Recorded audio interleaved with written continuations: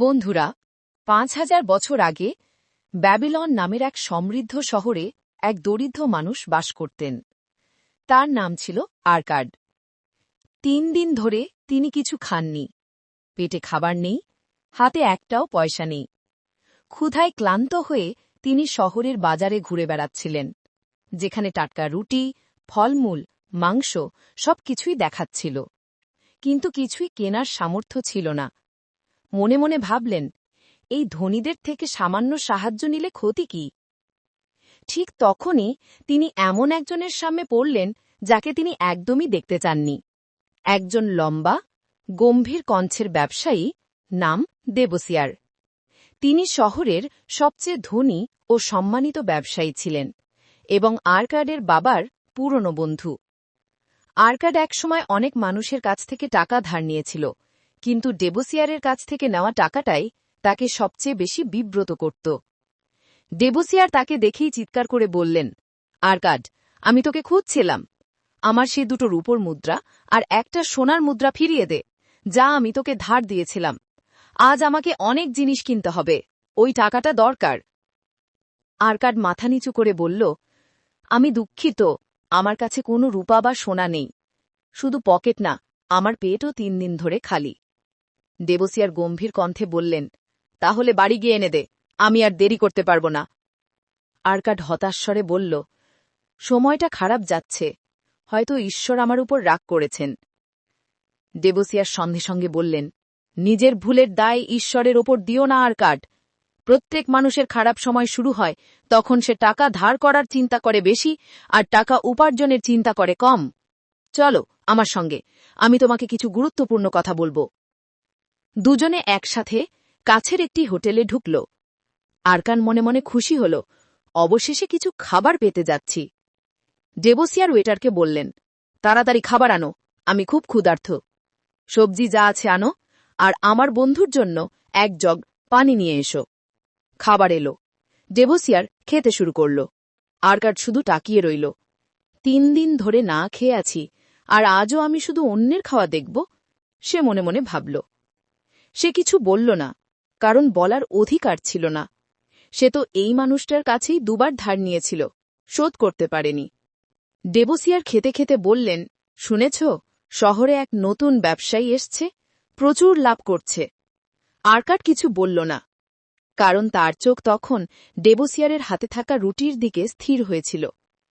দেবসিয়ার বললেন, তোমার বাবা আমার খুব ভালো বন্ধু ছিলেন, একজন সম্মানিত মানুষ, কিন্তু তোমাকে দেখে কষ্ট লাগে, তাই আমি তোমাকে একটা গল্প বলবো, যা আমার নিজের জীবনের গল্প। চারপাশের মানুষ শুনে চুপ করে গেল। দেবসিয়ার ছিলেন শহরের বিখ্যাত ব্যবসায়ী, তার মুখের গল্প মানেই শিক্ষণীয় কিছু।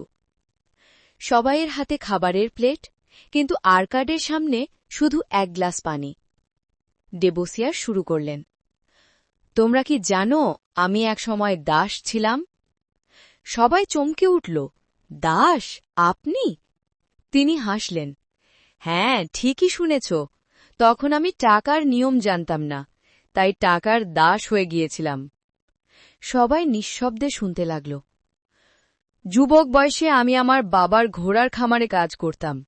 বাবা ছিলেন পরিশ্রমী, তাই ব্যবসা ভালোই চলত। আমি প্রতিদিন পকেট খরচ পেতাম, বিলাসী জীবন পছন্দ করতাম। কম বয়সে প্রেমে পড়ে বিয়ে করেছিলাম, জীবন আনন্দে কাটছিল। বাবা মারা যাওয়ার পর আমি ব্যবসার দায়িত্ব নিলাম। বাবা যেহেতু সম্মানিত ছিলেন, সবাই সহজে আমাকে টাকা ধার দিত, কিন্তু আমি বুঝিনি যে মানুষ তার আয়ের চেয়ে বেশি খরচ করে সে ধীরে ধীরে দারিদ্র্যের সমুদ্রে ডুবে যায়।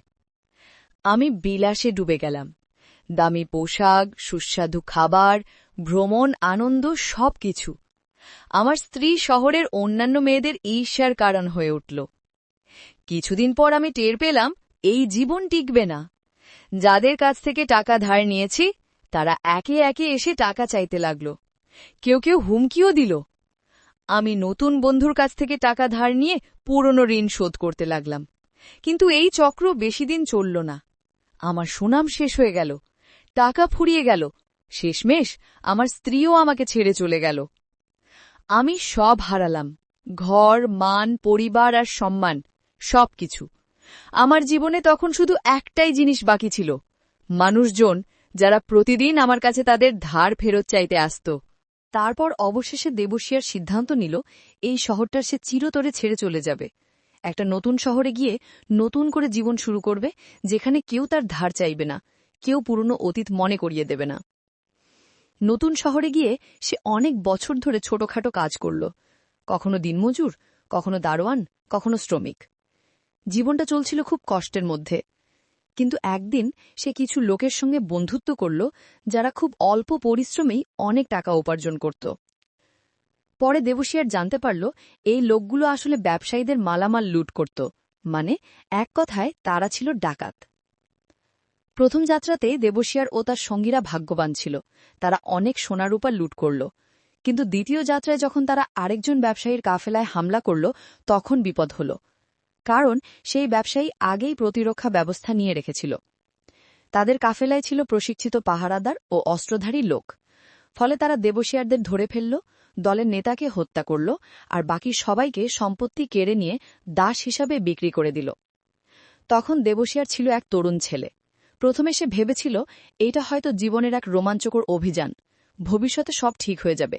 কিন্তু শীঘ্রই সে বুঝল এ কোনো অভিযান নয়, এ এক জীবন্ত দুঃস্বপ্ন।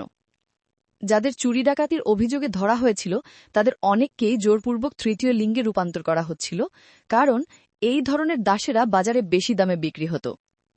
এটা জেনে দেবশিয়ার বুঝল তার জীবনের সব স্বপ্ন শেষ। এখন আর বিয়ে করা, সংসার করা কিংবা তার স্ত্রীর কাছে ফিরে যাওয়া কিছুই সম্ভব নয়। সে একেবারে নিঃস্ব, অসহায়, অস্ত্র নেই, বন্ধু নেই, আর কেউ নেই যে তাকে এই দুরাবস্থা থেকে বাঁচাবে। ঠিক তখনই ভাগ্য আবার তার দরজায় কড়া নাড়ল। এক আরব বণিক বাজারে এলো উট চালক দাস খুঁজতে। সেই ব্যবসায়ী দাসদের জিজ্ঞেস করল, তোমাদের মধ্যে কে উট সামলাতে পারে? দেবশিয়ার সঙ্গে সঙ্গে উত্তর দিল, আমি পারি। আমি ছোটবেলা থেকেই ঘোড়া আর উটের খামারে কাজ করেছি। আমি উটকে বসাতে, দীর্ঘ পথ চলতে, এমনকি তাদের লাগাম ও মেরামত করতেও জানি। এই কথা শুনে আরব বণিক খুশিতে আত্মহারা হয়ে গেল আর মাত্র 2 মুদ্রা দিয়ে দেবশিয়ারকে কিনে নিল, আর সে তার নতুন প্রভু হয়ে গেল। 1 বছর ধরে দেবশিয়ার নিষ্ঠার সঙ্গে তার প্রভুর সেবা করল।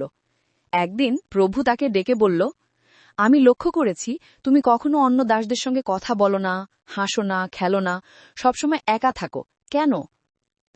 দেবশিয়ার মাথা নিচু করে বলল, আমি আগে এক স্বাধীন মানুষ ছিলাম, এক সম্মানিত পরিবারের সন্তান।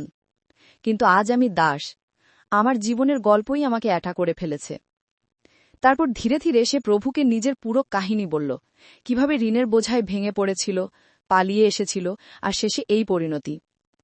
প্রভু শান্তভাবে বললেন, তুমি নিজেকে স্বাধীন মানুষ বলছ, কিন্তু তোমার আকাঙ্ক্ষা তোমাকে দাস বানিয়েছে। তুমি কি জানো, আকাঙ্ক্ষা এমন এক আগুন যা রাজাকেও দাসে পরিণত করতে পারে। কিন্তু যদি কোনো দাস নিজের ইচ্ছাকে নিয়ন্ত্রণ করতে পারে, তাহলে সেও রাজা হয়ে উঠতে পারে। এই কথা শুনে দেবশিয়ার গভীরভাবে ভাবল। তারপর বলল, কিন্তু এখন আমি কি করতে পারি? আমার কোনো পথ খোলা নেই। প্রভু বললেন, তুমি কি সত্যিই তোমার সব ঋণ শোধ করতে চাও? দেবশিয়ার উত্তর দিল, অবশ্যই চাই, কিন্তু কোনো উপায় দেখি না। প্রভু তখন জিজ্ঞেস করলেন, একজন রাজা কি করে যখন তার শত্রু সৈন্যদল সম্পূর্ণ প্রস্তুতি নিয়ে আক্রমণ করে? দেবশিয়ার বলল, সে তার সব শক্তি দিয়ে শেষ নিঃশ্বাস পর্যন্ত লড়াই করে। প্রভু বললেন, একদম ঠিক। তুমি চাইলে সারা জীবন দাস হয়ে থাকতে পারো, আমি তোমার সঙ্গে ভালো ব্যবহার করব। কিন্তু যদি তুমি স্বাধীন হতে চাও, তাহলে তোমার মানসিকতা বদলাতে হবে। কারণ দাস মনোভাব নিয়ে মানুষ শতবার মুক্ত হলেও সে সারা জীবন দাসই থেকে যায়, কখনো প্রভুর, কখনো নিজের ইচ্ছার। কিন্তু যদি তোমার মন মুক্ত হয়, তাহলে একটিমাত্র সুযোগই যথেষ্ট। তারপর প্রভু বললেন, আজ থেকে আমি তোমাকে মুক্তি দিচ্ছি, কিন্তু এক শর্তে। তুমি আমাকে সেই 2টা মুদ্রা ফেরত দিবে যেতে দিয়ে আমি তোমাকে কিনেছিলাম। আমি চাই তুমি নিজের স্বাধীনতা অর্জন করো নিজের যোগ্যতায়, যাতে একদিন তুমি মাথা উঁচু করে বলতে পারো, আমি নিজের পরিশ্রমে মুক্ত হয়েছি। আর এই ঋণ হবে তোমার সত্যিকারের স্বাধীনতার প্রথম ধাপ। প্রভু এই কথা শুনে খুব খুশি হলেন। দেবশিয়ারও প্রভুর অনুমতি নিয়ে নতুন যাত্রায় বেরিয়ে পড়ল। যেতে যেতে তার মনে একটা চিন্তা এলো, এই শহরটা চুপি চুপি ছেড়ে চলে যাই, নতুন একটা শহরে যাব, সেখানে নতুন জীবন শুরু করব। কিন্তু পর মুহূর্তেই আরেকটা ভাবনা মাথায় এলো, গতবারও তো এমনই ভেবেছিলাম, নতুন জীবন শুরু করব বলে শহর পালিয়েছিলাম, আর তার ফলাফল কি হয়েছিল? সর্বনাশ। তাই এবার সে পালাল না, বরং সারা দিন কাজ করে প্রভুর ঋণ শোধ করল, তারপর বেরিয়ে পড়ল নিজের পুরনো শহর ব্যাবিলনের পথে। সে টানা 3 দিন পথ চলল। তার পা ফুলে গেছে, নিঃশ্বাস ভারী হয়ে গেছে, রোদের রক্ত শুকিয়ে গেছে, ঠোঁট ফেটে গেছে, জিভ পাথরের মতো শুকনো, পেট একদম খালি। অবশেষে সে মাটিতে লুটিয়ে পড়ল। চারপাশে তাকিয়ে দেখে কোথাও কোনো মানুষ নেই। বুঝল ভুল পথে চলে এসেছে, মাঝ মরুভূমিতে আটকে গেছে। উঠতে চেষ্টা করল, কিন্তু শরীরে আর শক্তি নেই। মনে হল, এই বুঝি আমার গল্প এখানেই শেষ। একজন অকৃতজ্ঞ চোর আর দাসের এই পরিণতিই তো হওয়া উচিত। পৃথিবী থেকে একটা মন্দ মানুষ কমবে। কিন্তু ঠিক তখনই তার মনে পড়ল প্রভুর বলা কথা, যখন একজন রাজা তার শত্রুর হাতে আক্রান্ত হয় তখন সে শেষ নিঃশ্বাস পর্যন্ত লড়াই করে। দেবসিয়ার বলল, যদি আমি এখনও বেঁচে আছি তাহলে আমিও লড়ব, শেষ নিঃশ্বাস পর্যন্ত। তারপর একটা অদ্ভুত ঘটনা ঘটল, যেন কেউ তার চোখের সামনে থেকে একটা পর্দা সরিয়ে দিল। পৃথিবীকে সে এক নতুনভাবে দেখতে শুরু করল। বুঝল তার আসল শত্রু ছিল তার নিজের ইচ্ছা, তার খারাপ অভ্যেস আর তার ঋণ। আর যাদের কাছ থেকে সে ঋণ নিয়েছিল তারাই আসলে ছিল তার সত্যিকারের বন্ধু, কারণ তারা তার প্রতি বিশ্বাস রেখেছিল। তাদের থেকে পালিয়ে না গিয়ে তার উচিত ছিল সেই ঋণ শোধ করা। দেবশিয়ার তখন নিজেকে বলল, আমার ভেতরে এক স্বাধীন মানুষের আত্মা আছে, আমি এক মুক্ত চিন্তার মানুষ। সে প্রতিজ্ঞা করল, আমি মরব না যতক্ষণ না আমি সবার ঋণ শোধ করি। তারপর গল্প শেষ করে দেবশিয়ার আর্কিটকে জিজ্ঞেস করল, এখন বলো, তোমার মন কেমন, স্বাধীন না দাস? তোমার আত্মা কি রকম, এক স্বাধীন মানুষের না এক দাসের? যদি তোমার ভেতরে স্বাধীন মন থাকে তাহলে যত বড় বিপদই আসুক না কেন তুমি একটা না একটা পথ খুঁজে পাবে, যেমন আমি খুঁজে পেয়েছিলাম সেই মরুভূমি থেকে। আর্কিটের চোখে জল চলে এলো। সে সেই মানুষটাকে জড়িয়ে ধরল যার কাছ থেকে একসময় পালিয়ে বেড়াত। তখন সে বুঝল তার নিজের খারাপ অভ্যেসই তার শত্রু আর দেবসিয়ারি তার প্রকৃত বন্ধু। ঠিক তখনই পিছন থেকে কেউ জিজ্ঞেস করল, সবই ভালো কথা, কিন্তু তুমি মরুভূমি থেকে বেঁচে ফিরলে কিভাবে, আর এত ধনী হলে কিভাবে? দেবসিয়ার বলল, আমি শেষ শক্তিটুকু জোগাড় করে পাশের গ্রামের দিকে হেঁটে গেলাম, সেখানে একটু বিশ্রাম নিলাম, তারপর একটা কাজ পেলাম। কয়েক মাস কাজ করার পর যখন কিছু টাকা জমালাম তখন একটা ঘোড়া কিনলাম। তারপর সেই ঘোড়া নিয়ে ব্যাবিলন শহরে ফিরে গেলাম। সেখানে যাদের কাছ থেকে আমি টাকা ধার নিয়েছিলাম তাদের সঙ্গে দেখা করলাম, প্রতিশ্রুতি দিলাম আমি যত তাড়াতাড়ি সম্ভব সবার ঋণ শোধ করব। কেউ খুশি হল, কেউ রেগে গিয়ে বলল, এতদিন কোথায় ছিলে? কেউ আবার সাহায্য করতেও এগিয়ে এলো। তাদের মধ্যে একজন আমাকে একটা কাজ দিল, কারণ যখন কেউ সততার পথে ফিরে আসে তখন আল্লাহ বা ঈশ্বর তার প্রতিটি পদক্ষেপে সাহায্য করেন। আমি মন দিয়ে কাজ করলাম, টাকা জমালাম এবং একে একে সবার ঋণ শোধ করলাম। তারপর আমি এক সম্মানজনক জীবন শুরু করলাম। কিন্তু তারপরেও আমার অভ্যেস বদলায়নি। খারাপ লোকদের থেকে দূরে থেকেছি, নিজের ইচ্ছাকে নিয়ন্ত্রণ করেছি এবং অন্য প্রয়োজনে থাকা মানুষদেরও ঋণ দিয়ে সাহায্য করতে শুরু করেছি, যেমন আমি তোমাকে করেছি। তারপর দেবসিয়ার চিৎকার করে রান্নাঘরে বলল, খাবার নিয়ে আয়, আমার বন্ধু আর্কিট অনেকদিন ধরে না খেয়ে আছে, আজ আমরা একসঙ্গে খাব। এই গল্পের প্রথম শিক্ষা আমাদের জন্য আর্থিক স্বাধীনতার প্রথম নিয়ম। 1. যে নিজের আয়ের চেয়ে বেশি খরচ করে সে ধীরে ধীরে দারিদ্র্য আর অপমানের গভীর সাগরে ডুবে যায়। তুমি যত বেশি আয় করো না কেন, যদি খরচ তার চেয়ে বেশি করো তাহলে তুমি হয়তো কিছু সময় আনন্দ পাবে, কিন্তু ভবিষ্যতে বিপদের মুখে পড়বে। এই গল্পই তার প্রমাণ। দ্বিতীয় নিয়ম, ঋণ মানে দাসত্ব। যখন তুমি কোনো ঋণ চুক্তিতে সই করো তখন তুমি আসলে ঋণদাতাকে নিজের প্রভু বানাও। যতদিন ঋণ থাকবে তোমার বেতন তোমার থাকবে না, তোমার চিন্তাও স্বাধীন থাকবে না। 250 বছর আগে বেঞ্জামিন ফ্র্যাঙ্কলিন বলেছিলেন, better go to bed without dinner than rise in date.